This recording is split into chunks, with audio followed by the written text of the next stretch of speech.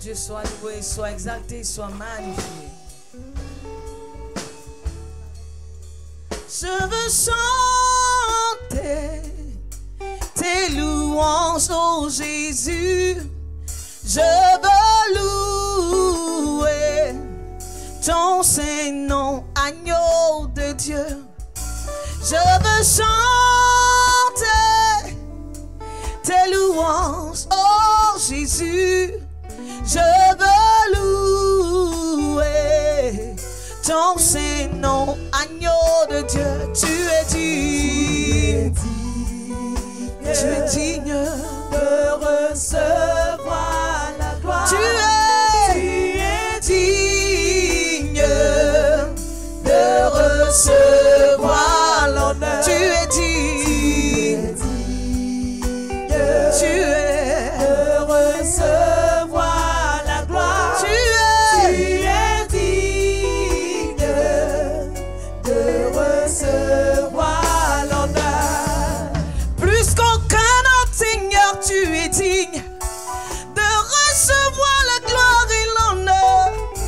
Tu es digne, oh Dieu, tu es digne de recevoir l'honneur.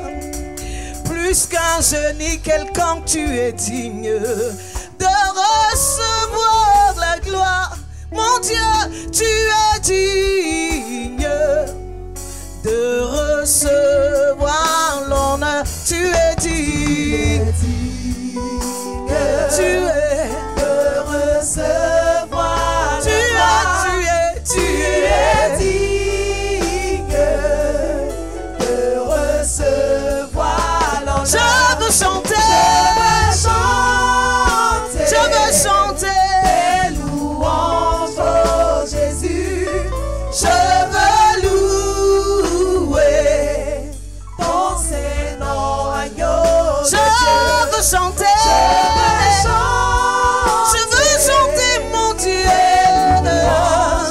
Je veux louer, louer, louer, louer, louer ton Saint-Nom, agneau de Dieu.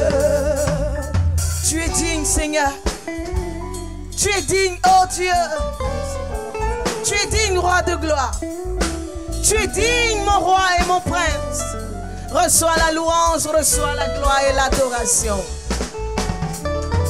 Digne, digne, digne, digne. Tu es digne, digne, digne, digne, digne. Oh, tu es digne, digne, oh Jésus, de recevoir la louange, de recevoir l'adoration, d'être élevé, d'être magnifié, d'être célébré. Tu es digne. Alléluia. Tu es digne. Oh, tu es digne, oh Dieu.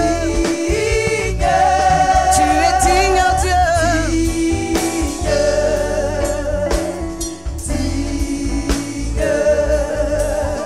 Tu es digne, oh Dieu. Tu es digne, mon roi. Il n'y en a pas deux qui soient comme toi. Oh, oh, oh. Je veux chanter, chanter, chanter, chanter tes louanges, oh Jésus. Je veux louer ton Saint-Nom, agneau de Dieu. Je veux crier plus haut, crier plus fort tes merveilles, agneau de Dieu. Je veux louer, louer, louer, louer, louer ton nom, Jésus. Je veux chanter, je veux chanter, je veux louer, oh louer ton Saint-Nom, agneau de Dieu. Je veux chanter. Alléluia. Alléluia.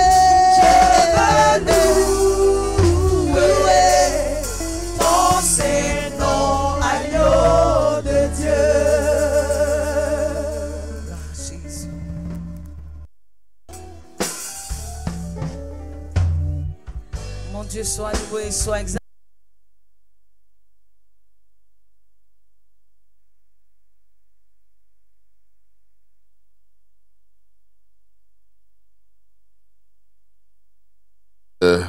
De la plateforme, soyez bénis, vous tous qui êtes connectés ce soir, que la paix et la grâce de notre Dieu soient avec vous tous, au nom de Jésus-Christ de Nazareth.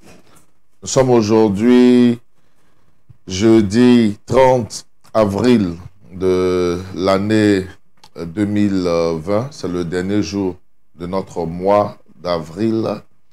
Et nous espérons que ce mois, au-delà de tout ce qu'on a vécu comme pandémie dans le monde entier, ce n'est pas une situation qui te concerne toi seul, mais c'est une situation générale, une situation du monde entier. Nous espérons que la paix et la grâce du Seigneur ont été avec toi et avec toute ta famille. Et voici donc pourquoi nous voulons bénir le Seigneur. La chose la plus importante, c'est la vie. Quelquefois, on peut tout perdre. On peut perdre les choses matérielles, on peut perdre l'or, l'argent, on peut perdre beaucoup de choses. Mais tant que nous avons la vie, c'est la chose la plus importante.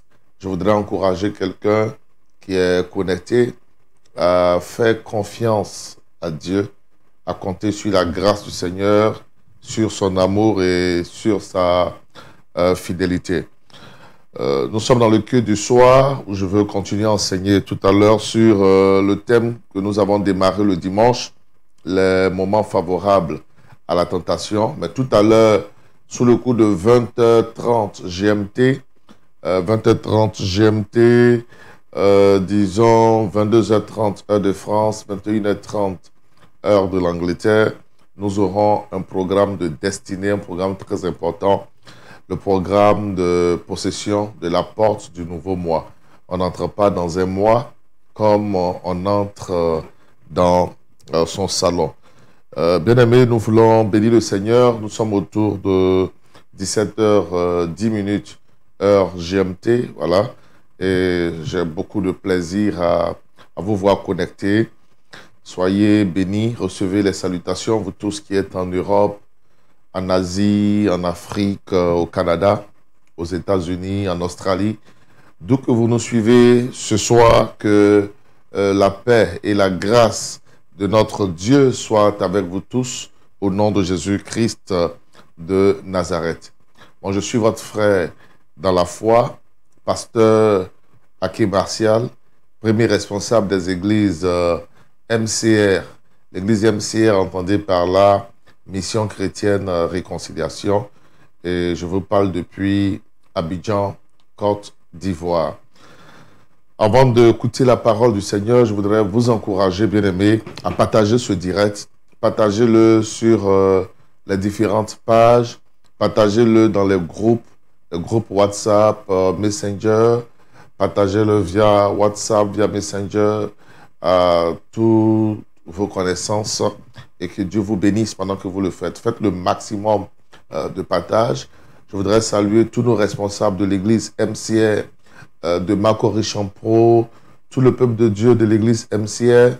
On n'a pas l'occasion de nous voir à cause de la situation de la pandémie, mais nous savons que cela prendra fin par la grâce de Dieu et nous aurons l'occasion de reprendre dans la communion fraternelle nos cultes au nom de Jésus.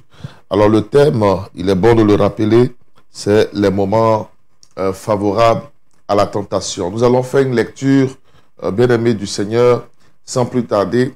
Notre lecture de ce soir se trouve dans l'Évangile selon Luc, le chapitre 4, les versets 1 à 13. Comme nous sommes en enseignement, toujours jeudi, je vais essayer d'aller doucement et toujours poussé par la puissance de Dieu, la présence du Saint-Esprit. J'essaie de faire monter le rythme. Mais je pense qu'aujourd'hui, je vais essayer de me contrôler un peu plus pour que nous allions plus doucement dans l'enseignement. Question de vous permettre de vérifier avec nous les différents tests que nous allons donc partager et étudier. Lisons la parole du Seigneur en Luc chapitre 4, verset 1 à 13. Nous sommes à l'école du Saint-Esprit. je voudrais vous encourager à prendre quelque chose pour les notes. Prenez votre stylo, prenez un cahier. Ayez un cahier pour les cultes, c'est très important. Prenez votre Bible ou voilà, votre tablette, ce qui peut vous servir de Bible. Je vous prie de suivre avec moi. Vous savez, ne soyez pas des personnes qui apprécient les choses de loin, mais soyez imprégnés des choses de Dieu, de la présence de Dieu, de l'intimité de Dieu, de sa gloire, pour qu'ensemble nous puissions recevoir toutes sortes de grâces et de bénédictions venant de notre Dieu. Je lis la parole du Seigneur, Luc 4, versets 1 à 13. Jésus, rempli du Saint-Esprit, revint du Jourdain, et il fut conduit par l'Esprit dans le désert, où il fut tenté par le diable pendant 40 jours. Il ne mangea rien durant ces jours-là, et après qu'ils furent écoulés, il eut faim. Verset 3. Le diable lui dit, « Si tu es fils de Dieu, ordonne à cette pierre qu'elle devienne du pain. » Jésus lui répondit, il est écrit, « L'homme ne vivra pas de pain seulement. » Et le diable l'ayant élevé, lui montra en un instant tous les royaumes de la terre et lui dit, « Je te donnerai toute cette puissance et la gloire de ces royaumes, car elle m'a été donnée et je la donne à qui je veux. » Verset 7. « Si donc tu te prosternes devant moi, elle sera toute à toi. » Jésus lui répondit, il est écrit, « Tu adoreras le Seigneur ton Dieu et tu le serviras lui seul. » Le diable le conduisit encore à Jérusalem, le plaça sur le haut du temple et lui dit, « Si tu es fils de Dieu, jette-toi d'ici en bas, car il est écrit, il donnera des ordres à ses anges à ton sujet, afin qu'ils te gardent et qu'ils te portent sur les mains, de peur que ton pied ne heurte contre une pierre. » Jésus lui répondit, il est dit, tu ne tenteras point le Seigneur ton Dieu. Verset 13 enfin. Après l'avoir tenté de toutes ses manières, le diable s'éloigna de lui jusqu'à un moment favorable. Que Dieu ajoute sa bénédiction à sa parole. Bien-aimés, si vous n'avez pas suivi le culte du dimanche dernier, peut-être que vous n'allez pas tout comprendre, mais je vais faire rapidement un rappel, puisque le message de ce soir est la suite de quelque chose que nous avons commencé le dimanche. Le dimanche, nous avons commencé à étudier, par la grâce du Seigneur, les moments favorables à la tentation. Effectivement, dans notre marche avec Dieu, ce n'est pas à tout moment que nous sommes soumis à la tentation. Il y a un moment favorable pour la tentation. Et si nous sommes avertis sur ces moments favorables à la tentation, nous serons en alerte et nous pourrons certainement avoir la victoire. Le texte que nous venons de lire est l'histoire de notre Seigneur Jésus-Christ qui ici a été soumis à une tentation. Le diable l'a approché et le diable l'a tenté de toutes sortes de manières. Il y a eu un combat, Jésus a résisté et l'ennemi, voyant qu'il n'arrivait pas à avoir le dessus sur lui, la Bible nous dit dans le verset 13 du texte que nous venons de lire, Luc chapitre 4, vous pouvez vérifier avec moi, dans le verset 13, il est écrit, après l'avoir tenté de toutes ses manières, le diable s'éloigna de lui jusqu'à un moment favorable. Donc, il s'est éloigné de lui jusqu'à un moment favorable. Pas définitivement, mais voyons que dans cette saison-là, il n'a pas pu avoir la victoire. Il ne le laissera pas définitivement. Il s'éloigne provisoirement, observant les temps et les saisons. Et quand il constate que le moment est favorable, il revient. Effectivement, dans le cas de Jésus, nous voyons que Satan va revenir quand Jésus pose la question à ses disciples, à Matthieu, qui dit-on que je suis, moi, le Fils de l'homme? Les disciples prennent la parole, ils disent, les uns disent que tu es Jean-Baptiste ou un autre des prophètes, etc., ou Élie, voilà, tu es Élie ou l'un des prophètes. Et puis, il dit, mais vous dites que, qui dites-vous que je suis moi? Alors, Pierre prend la parole, il dit, tu es le Fils de Dieu, tu es le Christ, le Fils de Dieu. Voilà. Alors, Jésus commence à enseigner qu'il faut qu'il parte à Jérusalem et qu'il meure là-bas et qu'il revienne dans la vie. Pierre dit, cela, à Dieu ne plaise, cela n'arrivera pas. Et là, Pierre parle, mais c'est l'ennemi qui l'utilise pour donner une parole à Jésus. Jésus ne dit pas arrière de moi Pierre, mais il dira arrière de moi Satan. Donc Satan est revenu à cette occasion quand Jésus était sur le chemin de la promesse par rapport à la mort à la croix et à sa résurrection. Alors nous avons étudié le dimanche ce qu'est la tentation. Nous avons présenté la tentation, nous avons défini la tentation comme étant l'œuvre de l'ennemi qui vise à faire tomber l'homme dans le péché. Nous avons vu que dans l'Ancienne Alliance, dans l'Ancien Testament, il y avait un mot qui désignait une action du Seigneur, qui était l'action de prouver, qui est le mot Nissa, un mot hébreu.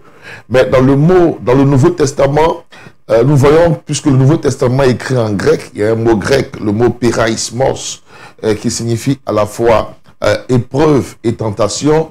Dans la parole de Dieu, on l'a vu dimanche, le mot péraïsmos, qui désigne à la fois tentation et épreuve. Alors que dans l'Ancien Testament, il y a un mot indiqué pour l'épreuve, mais dans le Nouveau Testament, c'est le mot péraïsmos qui désigne à la fois et la tentation et l'épreuve. Et nous avons étudié pour comprendre que si un même mot désigne à la fois la tentation et l'épreuve, leur but et les sources de ces deux choses ne sont pas identiques. La tentation, on l'a vu, c'est l'œuvre de Dieu qui éprouve. Donc, pas la tentation. L'épreuve est l'œuvre du Seigneur. L'épreuve est l'œuvre du Seigneur qui nous teste, qui essaie de mesurer notre amour, notre fidélité par des situations. Alors que la tentation, c'est l'œuvre de l'ennemi qui vise à nous faire tomber dans le péché et ainsi dit, nous amener à désobéir à Dieu. Nous avons donc compris que l'épreuve, c'est Dieu qui est derrière les épreuves, mais la tentation est l'œuvre de Satan. On l'a déjà étudié le dimanche dernier. En ce qui concerne le but de la tentation, on l'a vu que toute tentation a pour but, premièrement, soit de faire retarder la promesse de Dieu. Quand la promesse de Dieu que tu as reçue va venir, la tentation viendra pour faire retarder, de sorte qu'il y ait un décalage du temps par rapport au temps que Dieu avait prévu pour toi.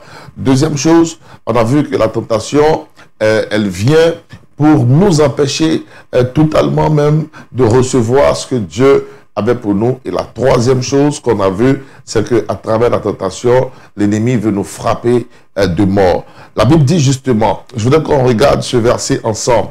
Jean chapitre 10, le verset 10, Jean chapitre 10, verset 10, je lis la parole de Dieu. Le voleur ne vient que pour dérober, égorger et détruire. Donc c'est Jean 10, 10, je reprends. Le voleur ne vient que pour dérober, égorger et détruire. Moi, je suis venu afin que les brebis aient la vie et qu'elles soient dans l'abondance. Jean chapitre 10, verset 10. On découvre ici que le voleur, qui est en fait Satan, il vient pourquoi dérober, c'est-à-dire voler notre bénédiction, égorger, il apporte la mort, ou détruire ce que Dieu veut faire dans notre vie. Voici un peu, bien aimé, le but de la tentation. Et lorsque nous avons évolué, nous avons commencé à étudier les moments favorables à la tentation. Les moments où l'ennemi est plus sur notre chemin. Les moments où il fait tout pour nous éloigner de Dieu. Les moments favorables, ce sont les moments où l'ennemi est sûr que s'il agit dans ce temps-là, il peut avoir un résultat. C'est comme un maître de maison. Quand vous êtes chez vous, vous avez des armes, vous avez une protection. Votre maison est barricadée avec tout ce qui est arsenal de protection. Si un bandit, bien aimé, un bandit veut vous visiter, il n'attendra pas, il attendra. Il ne viendra pas quand vous êtes éveillé. Premier moment, soit quand la nuit, tout le monde est endormi et qu'il n'y a personne pour veiller, il se dit à ce moment-là, il peut réussir s'il vient. Deuxième moment, lorsque toute la maison est en voyage et qu'il n'y a personne derrière pour garder la maison, il se dit que c'est un moment indiqué où il peut avoir un résultat. Donc, ces moments-là deviennent des moments favorables pour le voleur. De la même manière, dans le spirituel, il y a un moment favorable, sinon il y a des moments favorables durant lesquels l'ennemi se manifeste à nous, où il vient sur notre chemin, où il est sûr que durant ces moments, il obtiendra forcément un résultat. C'est à nous d'être avertis, c'est à nous d'être préparés, c'est à nous d'être bâtis pour ne pas succomber à la tentation. Alléluia. Et alors donc, nous avons vu le dimanche 5 moments et tout à l'heure, nous verrons 5 autres moments favorables. Les 5 moments que nous avons vus le dimanche, nous les rappelons rapidement. Premier moment favorable. Premier moment favorable à la tentation, nous avons dit les moments d'oisiveté, d'ennui. On a déjà étudié cela, on ne va pas revenir là-dessus. Deuxième moment favorable à la tentation, ce sont les moments de solitude. Les moments de solitude. Troisième moment que nous avons étudié le dimanche dernier, ce sont les moments de doute, les moments d'incertitude. Les moments de doute, les moments d'incertitude. Quatrième moment que nous avons étudié, c'est les moments, quatrième moment, ce sont les moments d'accomplissement d'une promesse ou d'attente prolongée de celle-ci.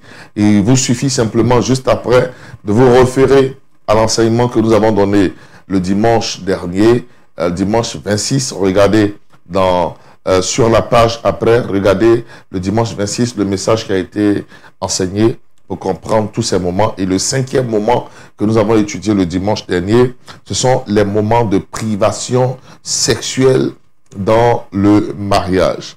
Pour ce jour, voyons le sixième moment, le septième moment, le huitième, le neuvième et le dixième moment favorable à la tentation. Sixième moment favorable à la tentation sont les moments de colère. Les moments de colère.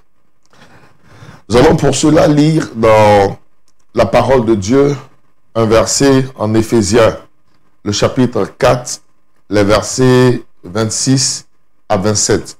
Éphésiens chapitre 4, les versets 26 à 27. Je lis la parole du Seigneur. Si vous vous mettez en colère, ne péchez point. Ne péchez point. Que le soleil ne se couche pas sur votre colère et ne donnez pas accès au diable. Bien-aimés, le texte que nous venons de lire est très important comme texte biblique. D'autant que les moments de colère dans la marche que nous avons sur le chemin de notre destinée, les moments de colère sont des moments durant lesquels l'ennemi peut facilement avoir un enfant de Dieu. Très souvent, nous nous contrôlons. Nous avons la maîtrise de soi. Mais lorsque nous sommes en colère, cela n'est pas évident.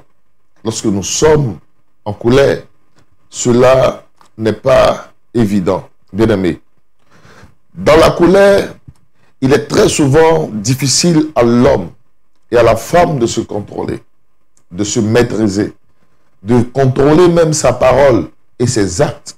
Certains maris, dans la colère, ont porté la main à leurs épouses. Il y a des épouses dans la colère qui ont porté la main à leurs époux, ce qui est une malédiction. Lorsqu'une femme porte la main à son époux que Dieu a établi comme chef de la famille, c'est une malédiction de porter la main sur le chef de la famille. C'est une malédiction, ça ne se fait pas. Dans la colère, nous avons vu des femmes casser tout ce qui est meubles et biens dans leur maison. La télévision, les vitres de voitures, des téléphones, déchirer même des fauteuils avec des lames, en utilisant des lames, ou même le couteau, en casser tout ce qui on peut utiliser dans la maison, tout détruire. Dans la colère, très souvent, l'homme va au-delà de ce qui est normal. Dans la colère, l'homme ne se contrôle pas toujours. La femme ne se contrôle pas toujours. Et dans la colère, nous pouvons très facilement insulter notre frère, insulter notre soeur. Dans la colère, un mari peut dire des paroles très méchantes à son épouse. Une épouse peut dire des paroles très méchantes à son époux. Un frère peut dire des paroles méchantes à son frère ou à sa soeur et vice-versa. Des amis peuvent se parler très mal dans la colère. La colère est le lot de tous les hommes. Dieu même se met en colère. Donc nous aussi, nous nous mettons en colère. Cela arrive. La colère, se mettre en colère ce n'est pas ça le problème. Le problème, ce n'est pas la colère. Mais le problème, c'est la gestion de la colère. Quand vous êtes en colère, comment est-ce que vous gérez votre colère? C'est ça le problème. Sinon, si vous vous mettez en colère et que vous avez une bonne gestion de votre colère, il n'y a pas de souci. Parce qu'il faut le reconnaître, dans la vie, il y a des choses qui arriveront, des attitudes, des comportements qui vous feront sortir de votre lit et qui vous mettront forcément en colère. Mais le problème, c'est arriver à se contrôler, arriver à se maîtriser dans la colère. Or, les moments de colère, nos pensées, nos actions sont très souvent influencées par l'ennemi. Quelqu'un te parle mal, et puis une voix te dit, tu vas le laisser faire comme ça, tu ne vas pas réagir. Et là, tu ne te maîtrises pas, parce que là, c'est une évidence. Mais cette voix que tu es en train d'entendre, ce n'est pas la voix de Dieu, c'est la voix de l'ennemi qui veut te pousser certainement au mal. Il y a des femmes dans la colère qui ont tué leurs époux. Il y a des hommes qui, dans la colère, ont tué des amis. Dans la colère, des gens ont tué des personnes. Donc, les moments de colère sont des moments durant lesquels vous devez faire très attention. Retenez ceci à partir d'aujourd'hui, que quand vous êtes en colère, comprenez que Satan est à votre porte et il peut vous pousser à faire ce que vous allez regretter plus tard. Voici donc pourquoi le texte nous dit, le texte d'Éphésiens chapitre 4 que nous venons de lire, Éphésiens 4, versets 26 à 27 dit, si vous vous mettez en colère, si, c'est une condition ici, si vous vous mettez en colère, ne péchez point. Qu'est-ce qu'il veut dire? Qu'est-ce que ici, la parole nous enseigne? C'est la maîtrise de notre colère. C'est le contrôle de notre colère. Tu peux te mettre en colère, mais canalise ta colère. Contrôle ta colère. Canalise ta colère. Il dit, si vous mettez en colère, ne péchez point. Le péché entre à partir du moment où, quand je suis en colère, moi qui n'ai pas l'habitude d'insulter, de me bagarrer, je me livre à des excès. Je commence à insulter, à dire des paroles méchantes et à poser des actes qui sont devant Dieu un péché. Combien sont-ils les chrétiens qui, dans la colère, ne se contrôlent pas et disent des paroles méchantes? Regardez souvent, c'est même au volant, lorsque nous conduisons et que quelqu'un fait une mauvaise manœuvre, quelquefois nous oublions que nous sommes chrétiens, que nous sommes anciens de l'église, que nous sommes même pasteurs, nous, des conducteurs. Je ne sais pas comment ça se fait en Europe, mais ici en Afrique, c'est courant que des conducteurs s'insultent sur la voie. Des gens garent quelquefois et ils veulent s'empoigner. Il arrive que quelquefois même, après un accrochage, au lieu qu'il y ait un constat et que l'assurance puisse faire son travail, le chauffeur descend et il porte la main à l'autre. Et quelquefois même, vous allez voir, celui qui le fait, c'est un chrétien. C'est un ancien de l'église. Or, la Bible dit, quand vous vous mettez en colère, ne péchez point. Ne péchez point. Le problème, c'est là. Parce qu'à la porte de la colère, quand il y a la colère, le diable est à la porte de ton cœur. Il est à la porte de tes pensées pour te conduire au péché. Et donc, la parole dit, si vous vous mettez en colère, ne péchez point. Comment ne pas pécher quand je suis en colère? En ne prononçant pas des paroles grossières, des paroles méchantes, des injures. C'est tout cela qui peut me mener au péché. En évitant des bagarres inutiles. Vous comprenez? La rancœur, la haine de l'autre. Et tout cela arrive quand je suis en colère. Si vous vous mettez en colère, ne péchez point. Que le soleil ne se couche pas sur votre colère. Or, justement, comme tu es en colère, le diable vient pour te dire, regarde ce qu'on t'a fait. Ne laisse pas tomber ça. Toi, tu vas pardonner ça là. Non, non, non, non, non. Regarde comment elle t'a fait. Regarde comment il t'a fait. Et tu emmagasines. Tu gardes ces choses-là dans ton cœur. Et ainsi, pour ainsi dire, tu as péché parce que tu n'as pas pu pardonner à ton frère et à ta sœur. Et il dit, ne donnez pas accès au diable. Regardez, c'est une insistance de la parole de Dieu que là où il y a la colère, le diable peut avoir accès très facilement à nos différentes vies bien-aimées. Voici donc pourquoi je veux encourager quelqu'un en ce jour à faire très attention. Une femme me suit, tu as un problème énorme de colère. Un homme me suit, tu as un problème énorme de colère. Tu es déjà allé à la police 3 fois. Tu as été convoqué déjà 3 fois à la police pour ce même problème de colère. Tu as eu des problèmes, des altercations, des problèmes avec des gens. Et 3 fois, tu es allé devant la police où tu as été convoqué. Je prie que Dieu te donne de te contrôler et de te maîtriser. Parce que souvent, écoutez-moi, il y a des esprits derrière. Pour certains, ce sont des alliances de famille, des liens de famille. Papa était très violent. Maman était très violente. Aujourd'hui, par le lien de sang, tu as hérité cette nature belliqueuse, cette nature de colère. Tu l'as hérité. La colère détruit beaucoup de choses. Des femmes n'arrivent pas à bâtir une relation sentimentale, une relation amoureuse à cause de la colère. Des hommes se ferment des portes à cause de la colère. Il faut faire très attention, bien-aimés. La colère peut venir, mais c'est la maîtrise de la colère, la gestion de la colère. Prie avec moi, dis avec moi, Seigneur, apprends-moi à gérer ma colère. Apprends-moi à gérer ma colère.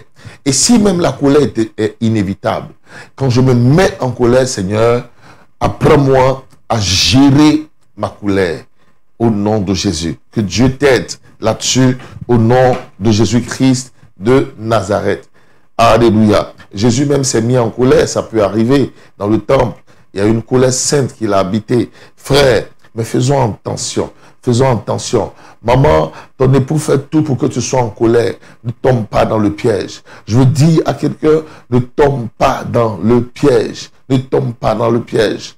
Fais attention. Contrôle ta colère afin que l'ennemi n'ait pas accès à ta vie en semant la haine, en semant des injures dans ta bouche, en semant des actions violentes qui peuvent t'amener à commettre des impairs et que tu regretteras toute ta vie.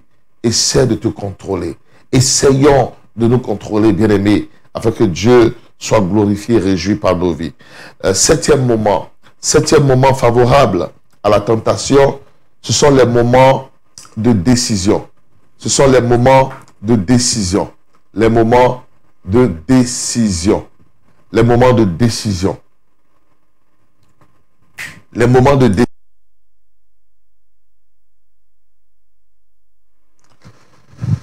Les moments de décision. Septième moment favorable, les moments de décision. Tu as la musique là, de prière. Ok, tout à l'heure tu vas jouer ça. En fond sonore.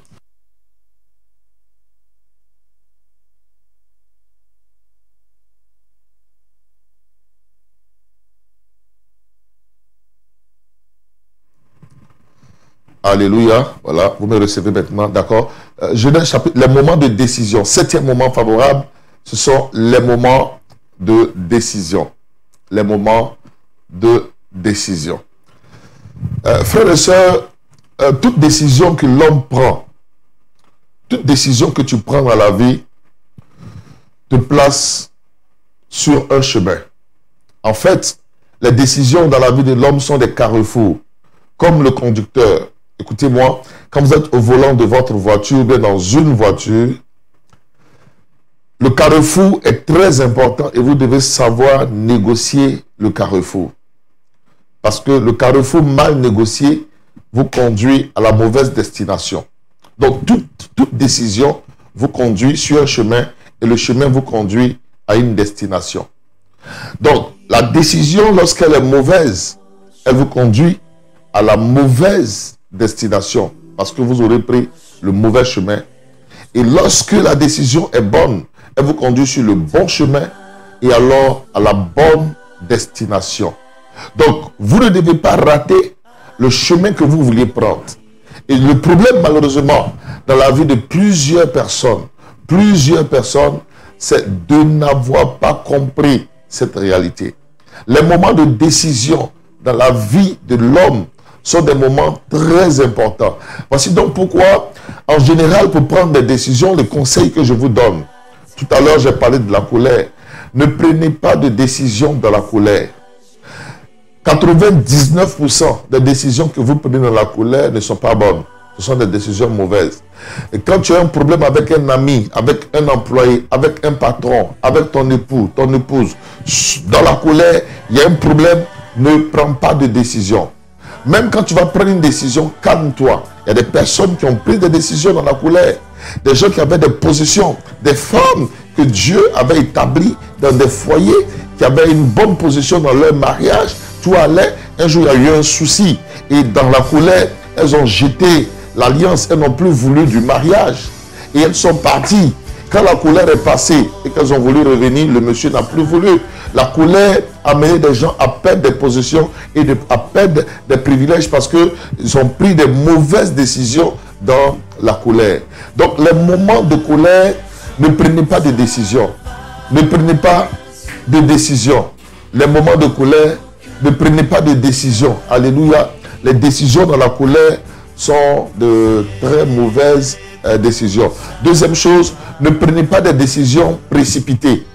Vous voyez, la plupart des décisions précipitées sont des décisions aussi mauvaises. L'ennemi vous aura dans vos décisions par la colère dans la décision, les décisions prises dans la colère, ou deuxième chose, les décisions prises dans la précipitation.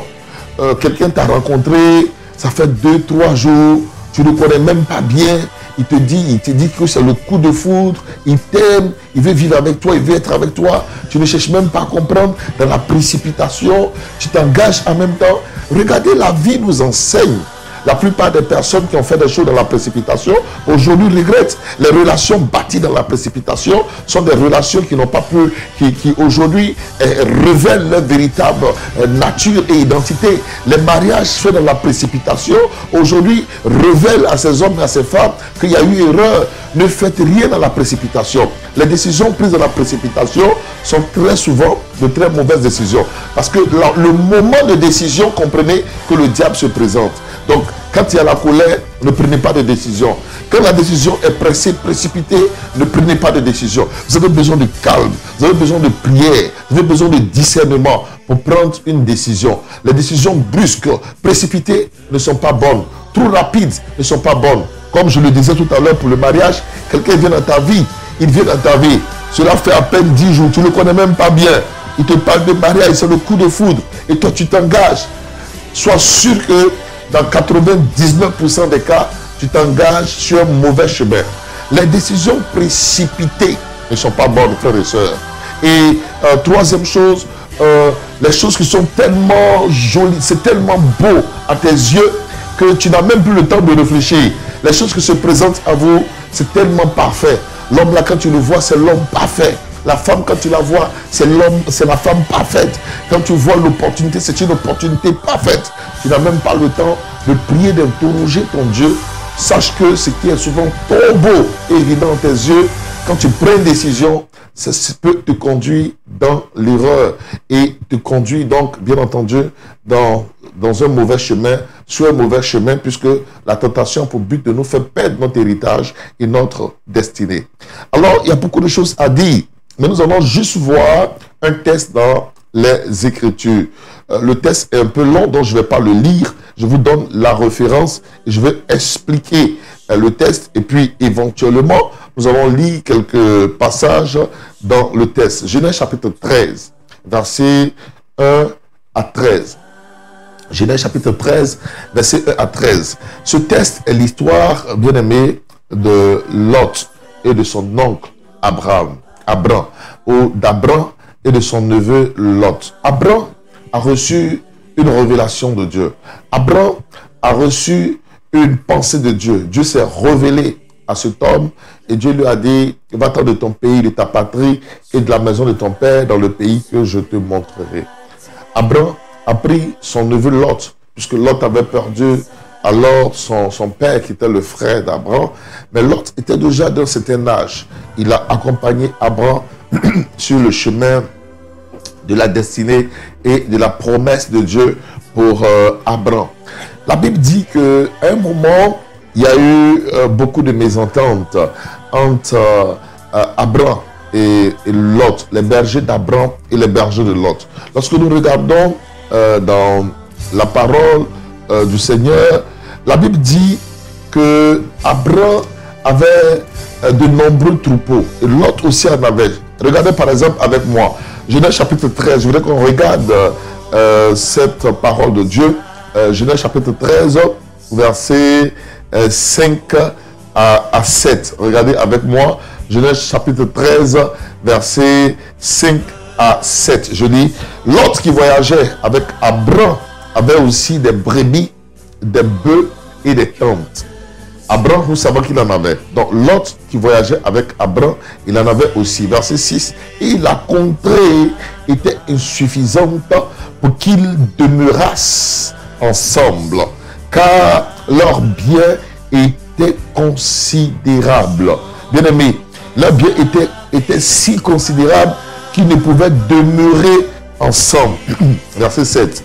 Il eut querelle entre les bergers des troupeaux d'Abraham et les bergers des troupeaux de Lot. Les Cananéens et les Phérésiens habitaient alors dans le pays. Donc la Bible dit qu'il va y avoir querelle, il va y avoir incompréhension entre les bergers d'Abraham. Le territoire est insuffisant parce que Abraham a vraiment un grand troupeau. Il a un grand troupeau pour ainsi dire. Et Lot aussi en possède énormément. La contrée est insuffisante et ça crée des tensions, des incompréhensions, des palabres. Regardons les versets suivants. Allons toujours en Genèse chapitre 13, on lit encore cette séquence, verset 8. On va lire verset 8, allons verset 8 à 13. On va étudier cette séquence. Genèse chapitre 13, verset 8 à 13, je lis la parole de Dieu. Abraham, donc puisque la contrée était insuffisante, permettez s'il vous plaît.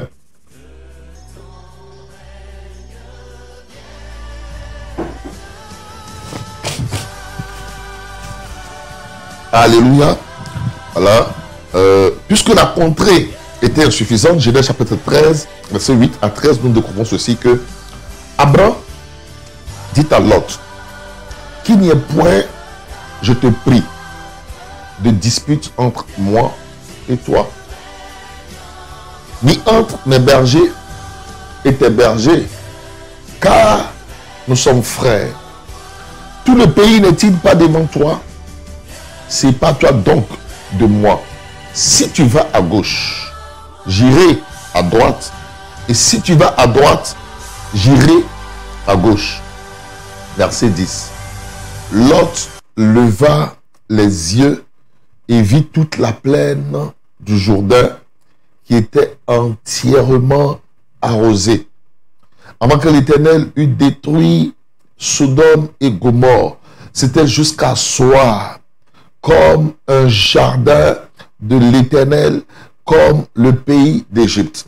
Donc, regardez, bien-aimés, au moment de la séparation entre Abraham et Lot, la séparation d'Abraham et de Lot, Abraham dit à Lot, sépare-toi de moi. Si tu vas à gauche, moi j'irai à droite. Et si tu vas à droite, j'irai à gauche. Et devant eux, quand Lot lève les yeux, il regarde, il voit la plaine qui est arrosée. Il y a de l'eau, il y a de la verdure. Frère, mais c'est beau à voir. Est-ce que là j'ai encore besoin de prier? Est-ce que j'ai encore besoin de prier? C'est pour ça que les décisions prises sans prière, dans la précipitation, sont très mauvaises. Bien-aimés, faites très attention parce que les moments de décision sont des moments de tentation, des moments favorables à la tentation. Il lève les yeux, regarde, c'est beau à voir. Il y a la verdure, ça ressemble au pays de l'Égypte. Lorsqu'on parle de l'Égypte, alors l'Égypte est le symbole de la fertilité, de l'abondance, de la productivité, frères et sœurs. Et la Bible dit que c'est comme un jardin de l'Éternel. Ce qui est comme un jardin de l'Éternel, c'est quelque chose qui est beau à voir, quelque chose qui est précieux. Quel berger n'aimerait pas avoir cet espace bien arrosé avec la verdure? Les animaux ne demandent que cela, avoir de l'eau et de la nourriture. Et nous savons que nous sommes dans un territoire, c'est un territoire qui n'est pas forcément fertile. C'est un territoire sur lequel il n'est pas évident de trouver de l'eau. C'est un territoire sur lequel il n'est pas facile de trouver de l'eau et de la verdure. L'autre lève les yeux et il voit cette opportunité. Écoutez-moi, bien-aimés, frères et sœurs dans la foi. Les opportunités ne sont pas toujours des opportunités de bénédiction. Toutes les opportunités qui se présentent à vous ne sont pas forcément des opportunités de bénédiction. Il y a des choses qui se présentent à vous avec tout ce qui est avantage, mais au fond, c'est la destruction. Au fond, c'est la mort. L'autre lève les yeux et il voit cette opportunité. C'est comme un jardin de l'Éternel. C'est ce que la Bible nous dit. Mais ce qui est comme le jardin de l'Éternel n'est pas le jardin de l'Éternel. Ce qui est comme le jardin de l'Éternel ressemble au jardin de l'Éternel, mais n'est pas le jardin de l'Éternel. Et cette localité est comme le jardin de l'Éternel, mais n'est pas le jardin de l'Éternel. Quelque chose peut être comme ce que tu veux, n'est pas ce que tu dois recevoir. Quelque chose peut être comme ce que tu veux recevoir dans ta vie, mais n'est pas ce que tu dois recevoir. Et cet endroit était comme un jardin de l'Éternel, mais ce n'était pas le jardin de l'Éternel. Ce qu'il te faut, c'est le jardin de l'Éternel. Ce qu'il te faut, c'est le jardin de l'Éternel. Le jardin de l'Éternel, c'est la bénédiction que Dieu t'envoie. Le jardin de l'Éternel, c'est la grâce que Dieu t'envoie. Le jardin de l'Éternel, c'est la réponse que Dieu te montre. Le jardin de l'Éternel, c'est ce qui est précieux que Dieu met au devant de ton chemin. Quand l'autre lève les yeux, ce qu'il voit est comme le jardin de l'Éternel. Or, la Bible dit que Satan se déguise en ange de lumière. Il est comme un ange de Dieu, mais il n'est pas l'ange de Dieu. Et cet endroit est comme le jardin de l'Éternel, mais ce n'est pas le jardin de l'Éternel. Comprenez ceci, bien-aimés, que sur le chemin de votre destinée, les moments de choix, vous aurez au devant de vous ce qui est comme le jardin de l'Éternel et ce qui est le jardin de l'Éternel. Il y a le jardin de l'Éternel et il y a ce qui est comme le jardin de l'Éternel. Si vous prenez ce qui est comme le jardin de l'Éternel, vous prenez un mauvais chemin. Le chemin de la destruction, le chemin de la mort, le chemin de la désolation, le chemin de l'humiliation, le chemin où vous perdez tout. Et certaines personnes, vous me regardez ce soir, un jour vous avez pris un chemin, le chemin qui était comme le chemin de l'Éternel. Vous avez cru que ce chemin vous menait au jardin de l'Éternel. Mais ce chemin ne vous a jamais mené au jardin de l'Éternel. Car le chemin du jardin de l'Éternel, il se voit lorsqu'on lève les yeux vers Dieu, dans la prière, dans la révélation divine. Mais parce qu'il saute à mes yeux, l'autre a levé les yeux, il a vu que ça ressemblait au jardin de l'Éternel. Mais ce n'est pas le jardin de l'Éternel. Alors la Bible dit ceci, regardez avec moi Genèse chapitre 13, verset 11. L'autre choisit pour lui. Genèse chapitre 13, verset 11. L'autre choisit pour lui toute la plaine du Jourdain. Il choisit ce qu'il a vu qui ressemblait au jardin de l'Éternel. Le choix précipité, la précipitation dans les choix. Vous m'écoutez ce soir certainement. Vous êtes sur le chemin d'une décision. Vous avez une décision à prendre. Je veux vous exhorter. Allez doucement.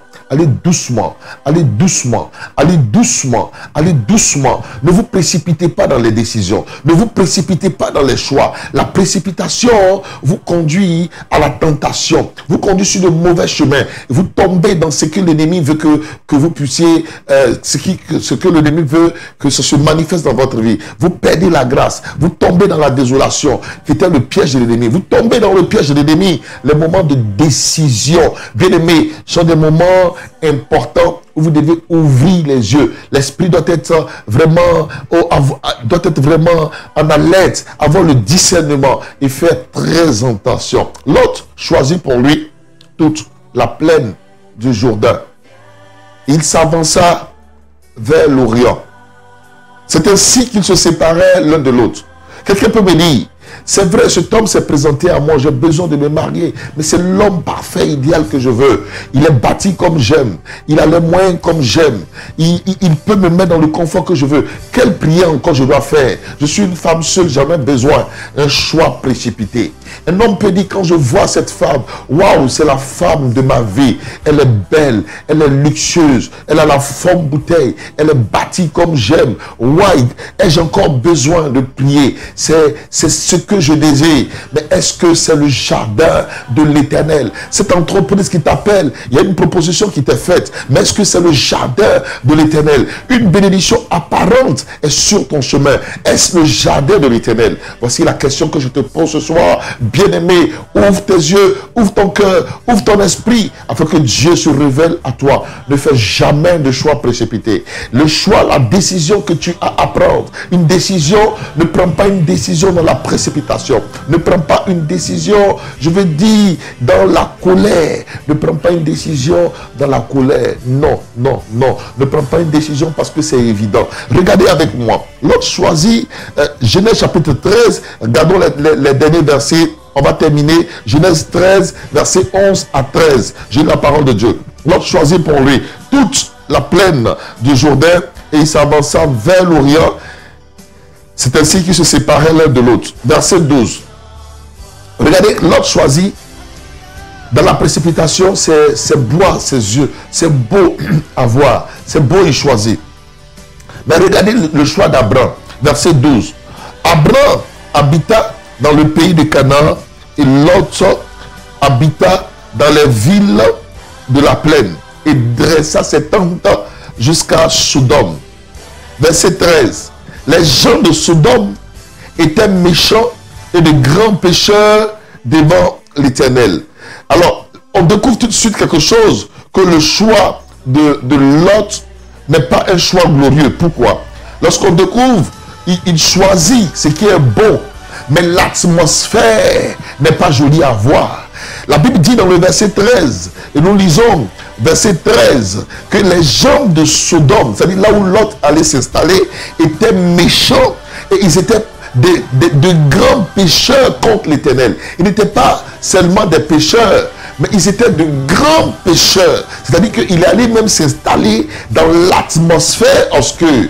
Oh, écoutez-moi, bien-aimés, dans la vie, la chose la plus importante, c'est l'atmosphère. C'est l'atmosphère du miracle. C'est l'atmosphère de la gloire. C'est l'atmosphère de la bénédiction. Est-ce que là où je m'engage, je suis dans l'atmosphère de la gloire? Est-ce que l'atmosphère est favorable? Est-ce que l'atmosphère est propice? Est-ce que l'atmosphère est l'atmosphère de la bénédiction? Est-ce que l'atmosphère est l'atmosphère de la victoire? Voici la question que je dois me poser. Or, la Bible dit qu'il allait s'installer dans les plaines de Sodome et de Gomorrhe. Et les gens de Sodome et de Gomorrhe étaient de grands pécheurs devant l'Éternel. Ils étaient de grands pécheurs contre l'Éternel. Ça veut dire d'un point de vue spirituel, l'atmosphère était, j'allais dire, n'était pas réellement propice à la manifestation de Dieu dans la vie des gens de Sodome et de Gomorrhe. C'était obscur. Physiquement, c'était beau, mais profondément, ça n'allait pas. Tu peux voir un homme,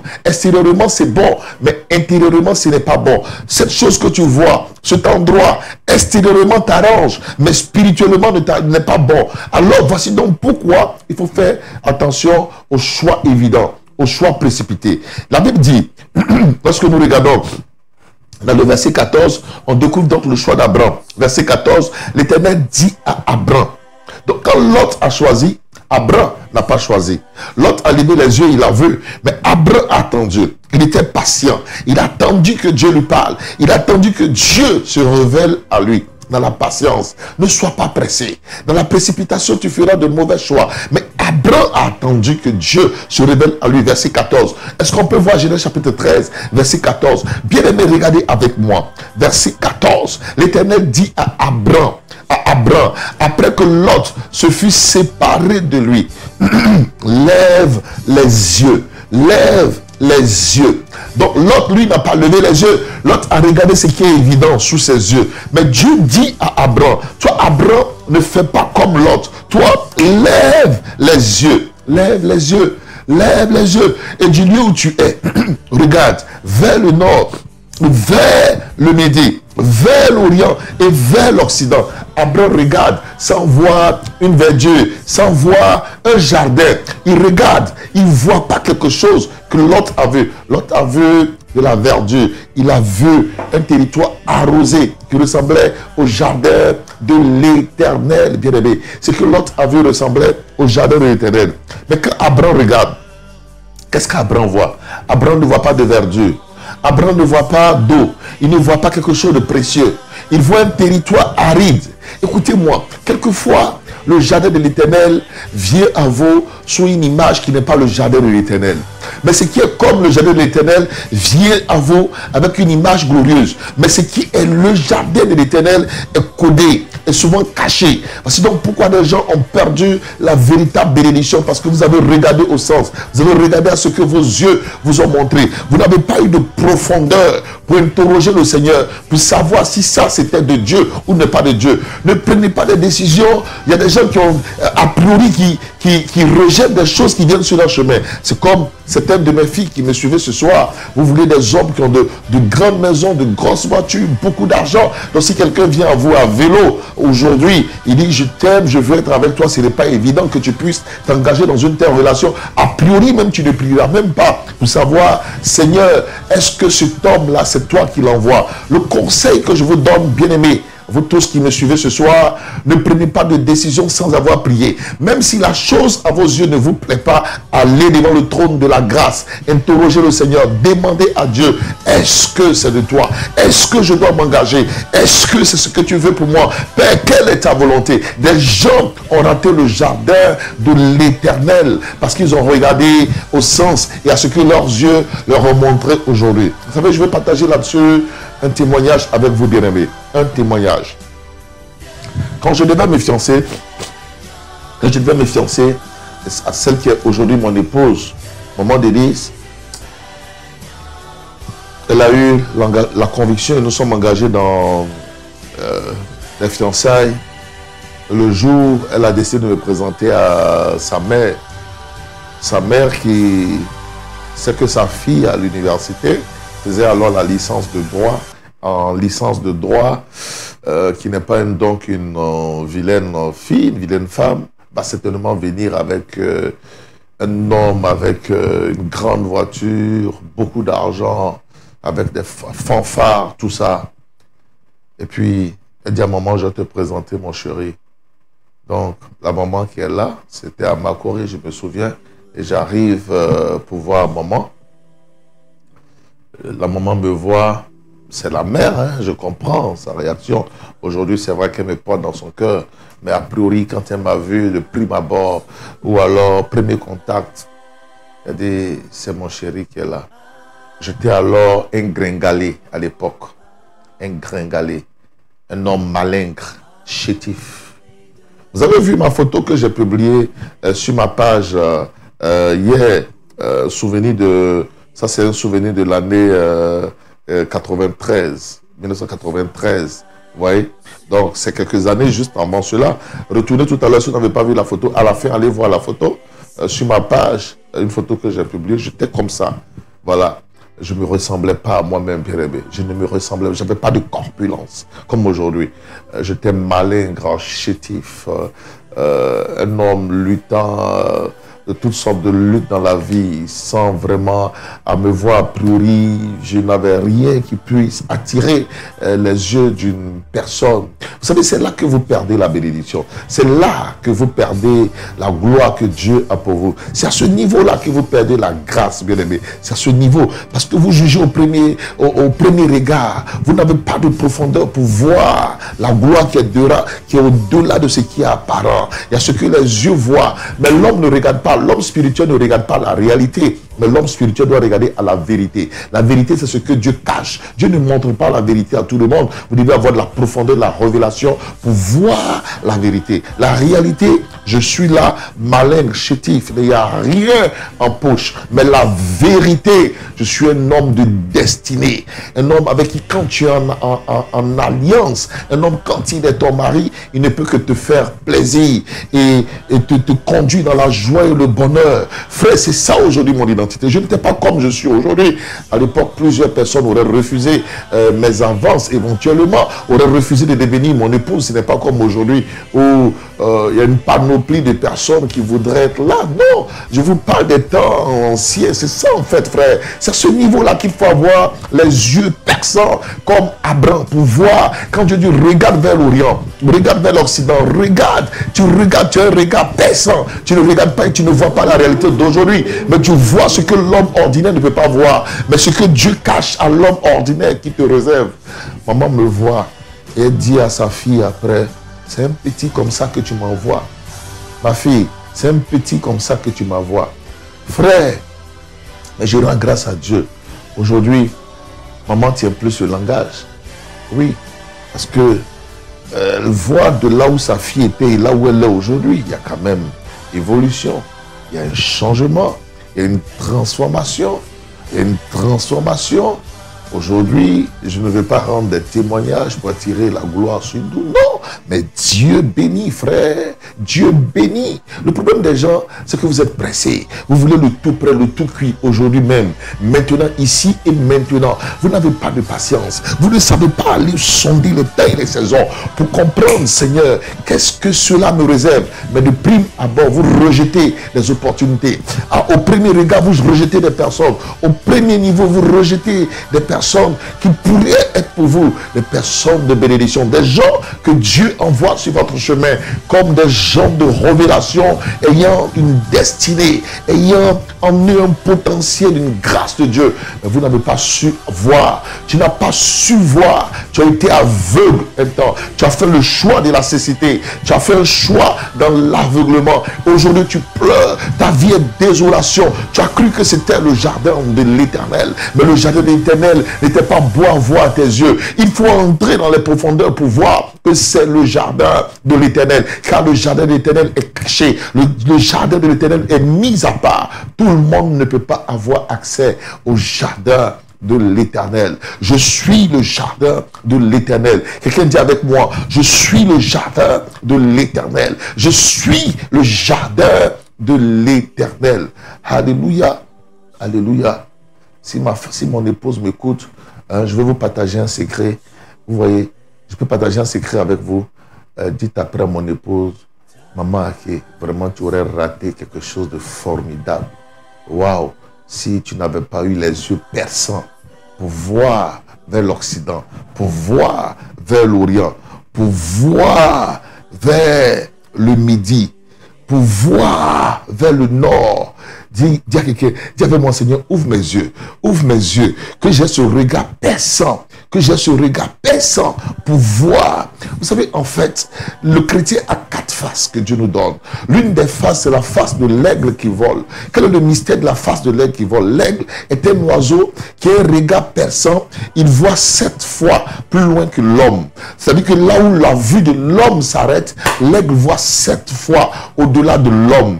En fait, nous devons avoir des yeux de l'aigle, le regard perçant. Donc Dieu dit à Abraham, ne regarde pas ce qui est près, le regard du moineau, non, arrêtons le regard du moineau, la vue du moineau, la vue, oh j'ai dit du moineau, des mange-mille, non, quittons ce regard-là. Mais Dieu dit à Abraham, lève les yeux. Et ce regard perçant, regarde vers le nord, oh regarde vers le sud, regarde vers l'est, regarde vers l'ouest. Et Dieu dit, au verset 15, car tout le pays que tu vois, je le donnerai à toi et à ta postérité pour toujours. Je rendrai ta postérité comme la poussière de la terre, en sorte que si quelqu'un peut compter la poussière de la terre, ta postérité aussi sera comptée. Frère, ce que je dis est profond et est essentiel ce soir. Je prie que Dieu ouvre ton cœur afin que tu comprennes cette parole et cette révélation. Finissons avec l'histoire donc de Lot. Lot a choisi, bien-aimé, les plaines de Sodome et de Gomorrhe. Des années après, qu'est-ce qui est arrivé? Nous découvrons que Lot a eu 2 filles. Nous découvrons que Dieu va décider de détruire les localités de Sodome et de Gomorrhe. Là où Lot avait ses biens, là où Lot avait sa richesse. Le choix de Lot était un choix éphémère, un choix, j'allais dire, d'illusion, un choix, j'allais dire, éphémère, bien entendu. Frère, c'était pas quelque chose de définitif. C'était quelque chose de temporaire, quelque chose de passager, comme une météorite, un choix éphémère. Frère, quelque chose qui ne dure pas. Il a cru qu'il avait trouvé l'endroit parfait, le bonheur et la grâce. Mais l'évidence sera manifestée à ce temps que ce territoire qu'il a vu comme étant le territoire de l'Éternel, le jardin de l'Éternel, ne l'était pas. Dieu va décider de détruire les localités de Sodome et de Gomorrhe. Dieu va détruire cette localité. Lot sortira de cette localité. Il perdra toute sa richesse, tout ce qu'il avait, parce qu'il n'aura pas le temps de prendre tout cela. Les anges de Dieu vont le forcer à sortir à l'heure de la destruction, avant que Dieu n'envoie le feu pour détruire toute cette localité. Lot est ressorti de cette localité sans rien. Il a perdu tout son troupeau, il a perdu toute sa richesse à Sodome et Gomorrhe, dans les plaines de Sodome et Gomorrhe, à cause d'une mauvaise décision, un mauvais choix. L'ennemi se présentera à la porte de ton cœur à l'heure de la décision, à l'heure du choix que tu as à faire. Bien-aimé, fais attention quand tu as un choix à faire. Fais attention, ne prends pas de décision dans la colère. Fais attention, ne prends pas de décision précipitée. L'ennemi se présentera là, justement, à la porte de tes pensées, la porte de ton cœur. Fais attention, je t'enseigne ce soir, comprends la parole de Dieu. Il a tout perdu, sa richesse, même son épouse, il a perdu son épouse. L'autre est sorti comme un homme démuni, un homme qui est retourné à zéro, et il est allé habiter dans la montagne, et il y a eu la déchéance dans sa famille. Ses deux filles ont eu des rapports avec lui, elles ont couché, comme on dit, avec le père. Elles ont donné naissance à deux fils. Frère, tout cela, les filles ont appris ça dans l'atmosphère du péché. C'était joli à voir, mais il y avait l'atmosphère du péché. Là où il y a l'atmosphère du péché, il y a la destruction, il y a la mort. Mais bien avant la destruction, quand vous lisez dans l'atmosphère du péché, vous allez comprendre que des rois vont venir pour faire la guerre aux rois qui étaient dans les localités de Sodome et Gomorrhe. Et l'autre qui allait s'installer dans l'atmosphère de la mort et du péché, il sera enlevé, il sera fait prisonnier. Après son choix, il a été fait prisonnier. C'est le même Abraham qui est venu pour le délivrer. Quand vous lisez en Genèse 14, vous voyez cela. Bien aimé, la chose la plus importante, ce n'est pas ce qui est beau aux yeux, mais quelle est l'atmosphère spirituelle au-dessus du choix que je vais faire. Quelle est l'atmosphère spirituelle? Est-ce que c'est l'atmosphère du miracle? Est-ce que c'est l'atmosphère de la manifestation de mon Dieu, de la gloire de Dieu? Voici la chose qui est importante. Pour que l'atmosphère soit l'atmosphère du miracle, il faut que je sois dans le jardin de Dieu et non ce qui est comme le jardin de Dieu. Nous faisons des choix qui ressemblent au jardin de Dieu, mais qui ne sont pas le jardin de Dieu. Tu pleures ce soir parce qu'un jour de ta vie, tu as choisi ce qui est comme le jardin de Dieu, mais tu n'as jamais choisi le jardin de l'Éternel. Là où tu es, tu penses que c'est le jardin de l'Éternel, mais ce n'est pas le jardin de l'Éternel. Ça ressemble au jardin de l'Éternel, mais ce n'est pas le jardin de l'Éternel. Je dis, reviens dans le jardin de l'Éternel. Demande au Seigneur de te repositionner, de te réorienter, afin que tu reviennes, parce que tu as fait un mauvais chemin. Comme un GPS, quand vous voulez aller à un endroit, quand vous rentrez la mauvaise adresse, ou bien quand vous voulez aller à un endroit, que vous prenez le mauvais carrefour, il y a reprogrammation de votre chemin, il y a reprogrammation de l'itinéraire. Que ce soit Dieu reprogramme ton chemin, qui reprogramme ton itinéraire, car ta destination ce n'est pas les pleurs, ta destination ce n'est pas la désolation, mais ta destination c'est la bénédiction, la grâce, la gloire, le bonheur, la faveur, la ligresse, les témoignages, la prospérité, la gloire. Tu dois aller de gloire en gloire, de victoire en victoire, d'élévation en élévation. Je vois Dieu donner l'accélération à une femme ce soir. Après cette prédication, tu iras de victoire en victoire, tu iras de gloire en gloire, tu iras de témoignage en témoignage, tu iras de bénédiction en bénédiction. J'ai dit, ce qui était impossible deviendra possible pour toi. Au nom de Jésus, que Dieu t'honore, que Dieu t'honore, que Dieu t'honore, que Dieu vous repositionne, qui reprogramme le chemin, qui réécrive l'itinéraire pour vous ce soir. Vous tous qui avez fait sortir de route, qui avez pris une mauvaise route, je prie ce soir que la puissance de Dieu vous ramène sur votre destinée, vous ramène sur le chemin du jardin de l'Éternel. Quittez ce soir ce qui est comme le jardin, vous revenez dans le jardin de Dieu, le chemin du jardin. Revenez par la puissance de l'Esprit, par la force du Saint-Esprit. Revenez sur le chemin du jardin au nom de Jésus. Je ferme tout mauvais accès. Je mets une barrière ce soir sur le mauvais chemin que tu avais pris. Je ne peux plus faire faire un pas de plus. Tu reviens sur le chemin de ton héritage, le chemin de la grâce. Voici donc pourquoi, après cette prière, il y aura des relations qui vont se briser. Il y aura des portes qui vont se fermer pour des personnes. Mais ne pleurez pas, car Dieu est sur le point de reprogrammer votre histoire, de réécrire votre destinée, pour vous introduire dans le chemin véritable et glorieux qu'il a pour vous. Recevez la grâce, recevez la vie et la faveur. Quittez le chemin de la mort, quittez le chemin de la désolation, quittez le chemin de la servitude, revenez dans le chemin, sur le chemin de votre héritage, de votre alliance avec Dieu. Car avant que tu ne naisses, les projets que Dieu avait pour toi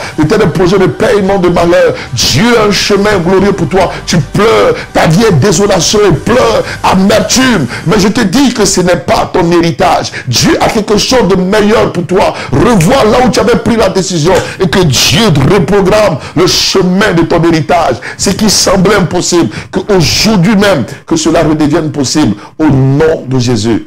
Alléluia. Alléluia. Que Dieu nous bénisse. Nous allons gagner du temps. Allons avec le 8e moment.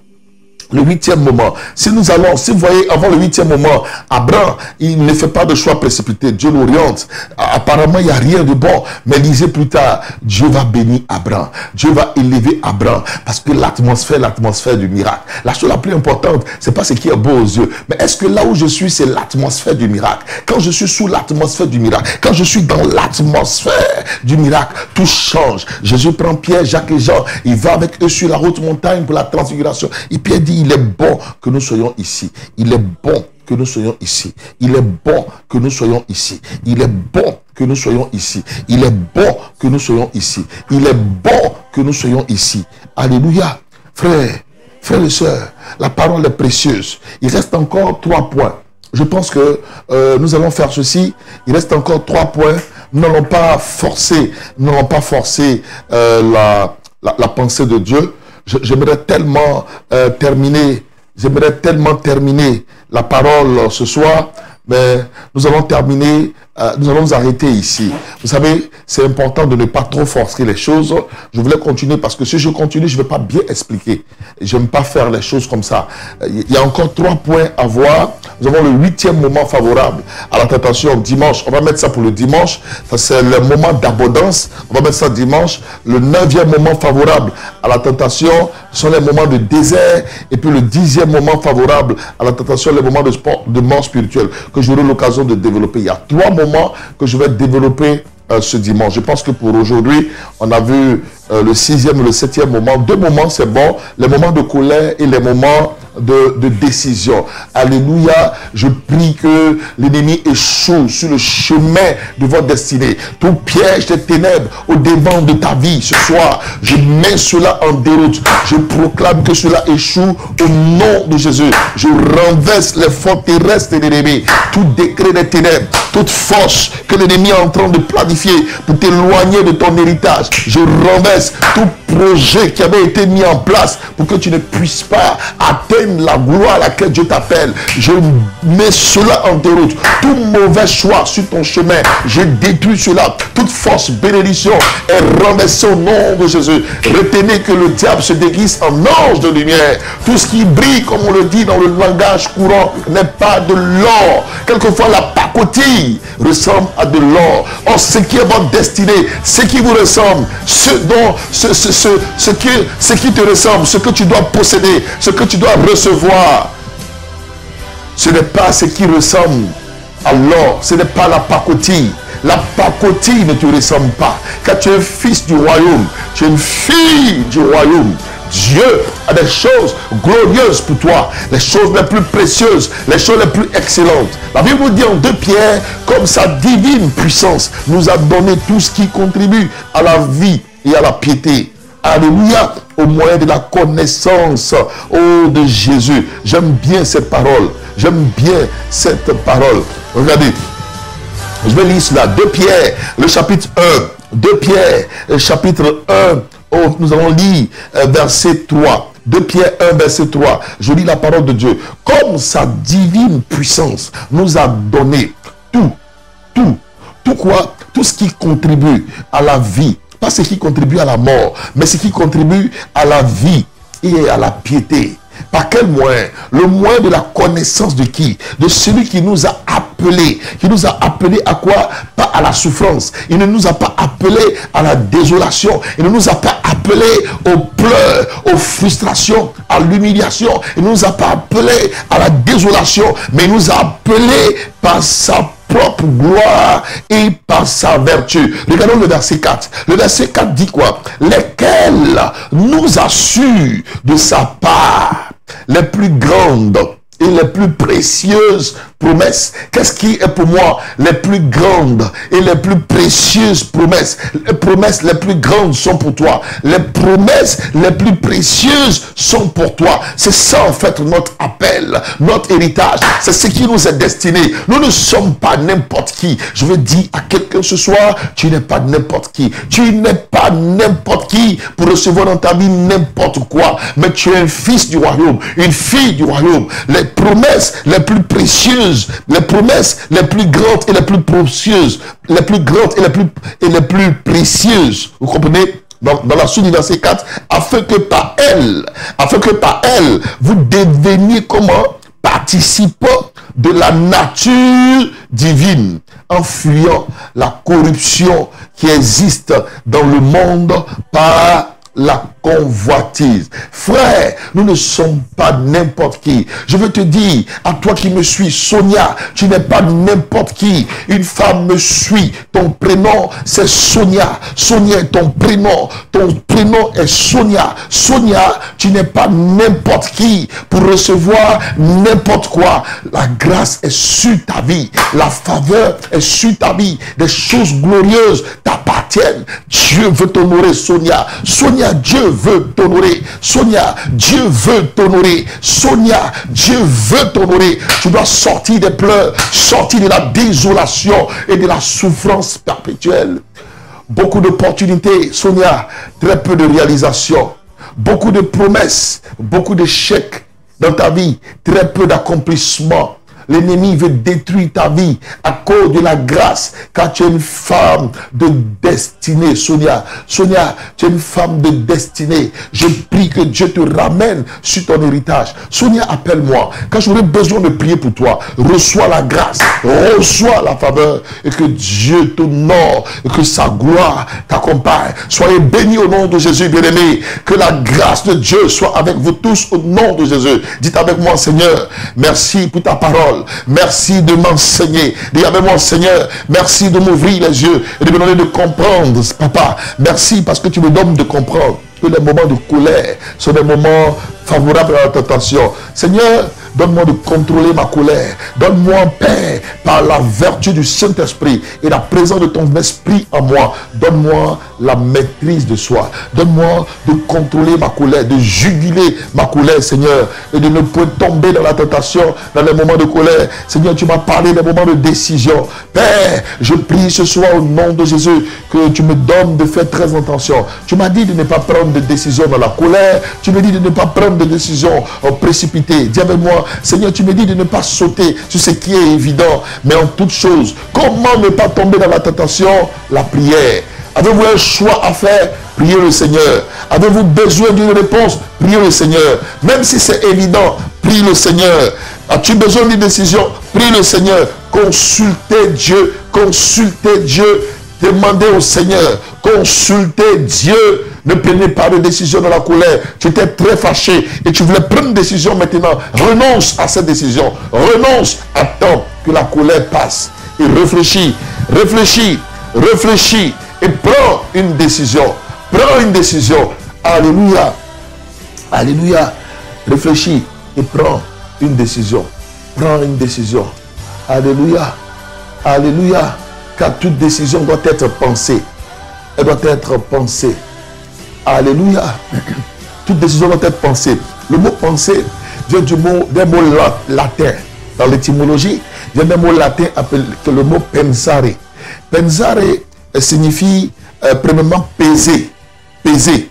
Donc, dans la pensée, il faut du poids. Il faut peser. Et puis, deuxièmement, c'est la réflexion.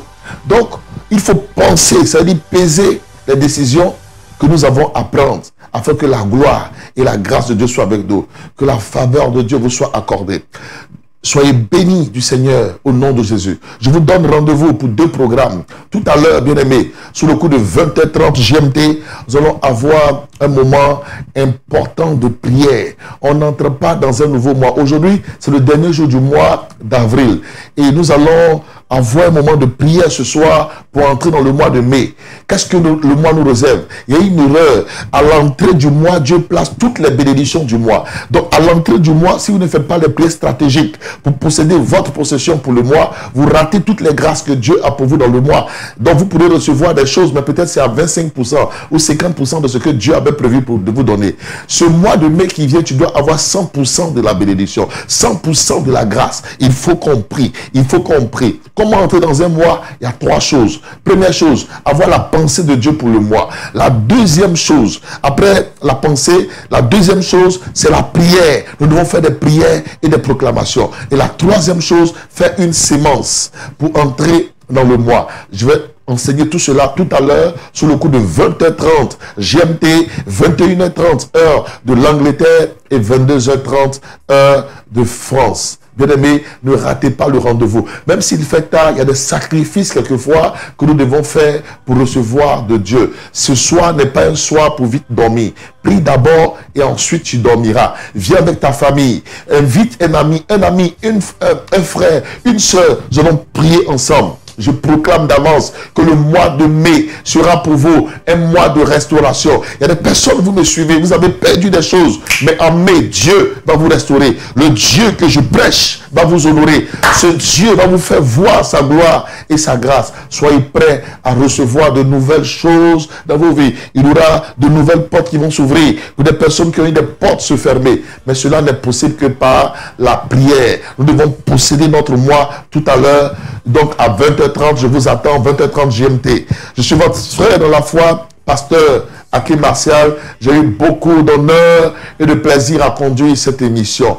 Que Dieu vous bénisse. Je vous aime de l'amour de Dieu. Alors si cette parole vous a touché, n'hésitez pas à apporter votre offrande au Seigneur. Il y a des numéros qui apparaissent en dessous donc de l'écran. Vous pouvez apporter par les moyens conventionnels, Orange Money, MTN Money, vous pouvez apporter par RIA, par Western Union, MoneyGram, tout cela, c'est le culte que nous avons. Et la parole de Dieu vous a touché. Semez sur la parole. Semez pour soutenir l'œuvre de Dieu, selon vos moyens. Pendant que je parle, Dieu te met quelque chose à cœur. N'hésite pas à obéir à la voix de Dieu. C'est cela ta bénédiction et ton miracle. Il y a des contacts en dessous. Faites votre semence sur ces différents numéros. Avez-vous besoin de renseignements, de précision? N'hésitez pas à m'appeler au plus 225 07 84 72 32. Je suis votre frère dans la foi, pasteur Aké Martial, premier responsable des églises Mission Chrétienne Réconciliation. Je vous aime de l'amour de Dieu. Dieu également vous aime. Que la grâce de Dieu soit sur vous. Femme, arrête de pleurer. Homme, arrête de pleurer. Tu as commis des erreurs certainement, mais ton histoire n'est pas terminée. Dieu te donnera une nouvelle possibilité de te relever. Dieu te donnera une nouvelle possibilité de te relever. Prépare-toi, car Dieu va le faire. Que Dieu vous bénisse, sa grâce soit avec vous. Et n'oubliez pas, tout à l'heure, on se retrouve. Et puis demain matin, à 6h GMT, nous aurons prié ensemble. Tous les matins, réveillez-vous vite. Venez prier ensemble. Tous les jours, à 6h GMT, retrouvons-nous sur la même page pour prier ensemble. Sauf le dimanche où la prière est à 5h GMT, 6h donc, heure d'Angleterre et 7h heure de France. Mais tous les autres jours, la prière à 6h GMT, 7h heure d'Angleterre, 8h heure de France et minuit heure du Colorado. Je vous aime de l'amour de Dieu. Je vous aime. Nous sommes à tout à l'heure. Au nom de Jésus. Amen.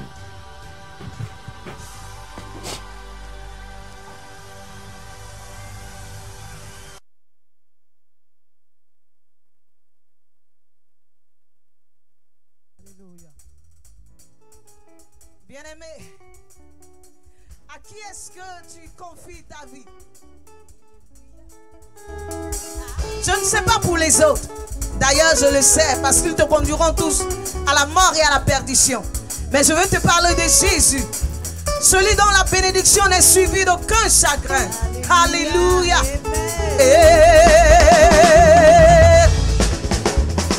Jésus me libère et je suis en paix.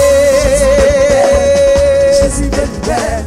Jésus me libère et je suis en paix. Il a essuyé mes larmes. Il a garanti ma vie. Il a essuyé mes larmes. Il a garanti ma vie. Jésus-Christ a essuyé. Il a essuyé mes larmes. Mes larmes. Il a garanti ma vie. Jésus me libère et je suis en paix. Jésus me libère. Jésus me libère et je suis en paix. Il a essuyé mes larmes. Il a garanti ma vie. Il a essuyé mes larmes.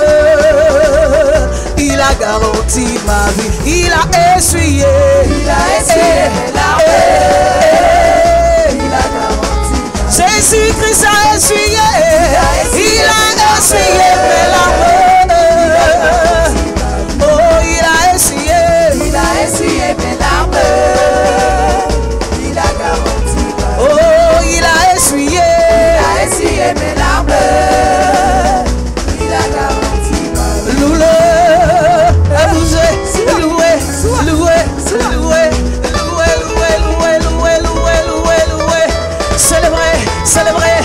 Loué, célébrez le roi des rois, le saint des saints.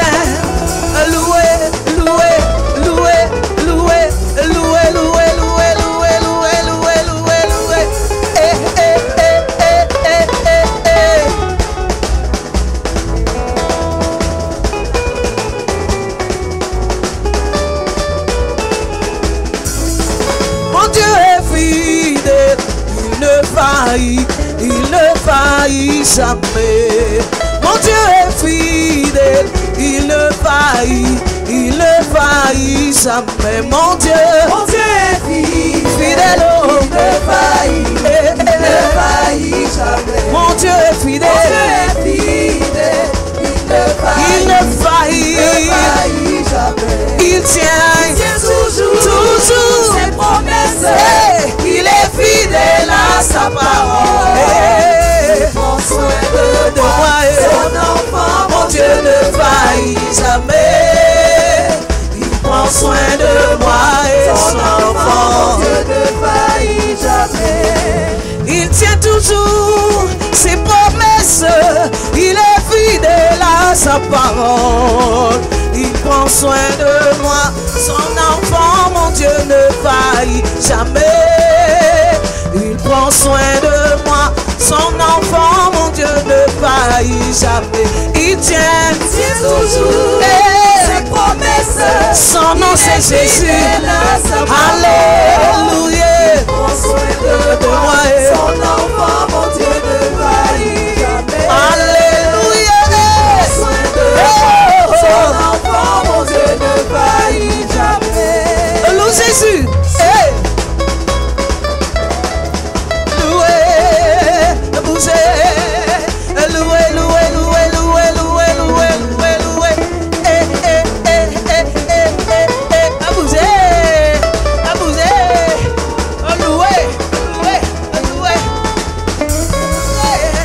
Loué Jésus. Loué le roi. Il tient toujours ses promesses. Il est fidèle à sa parole. Alléluia. Il prend soin de moi et son enfant. Mon Dieu ne faillit jamais. Il prend soin de moi et son enfant. Mon Dieu ne faillit jamais. Il tient toujours ses promesses. Il est fidèle à sa parole. Alléluia. Alléluia. Alléluia.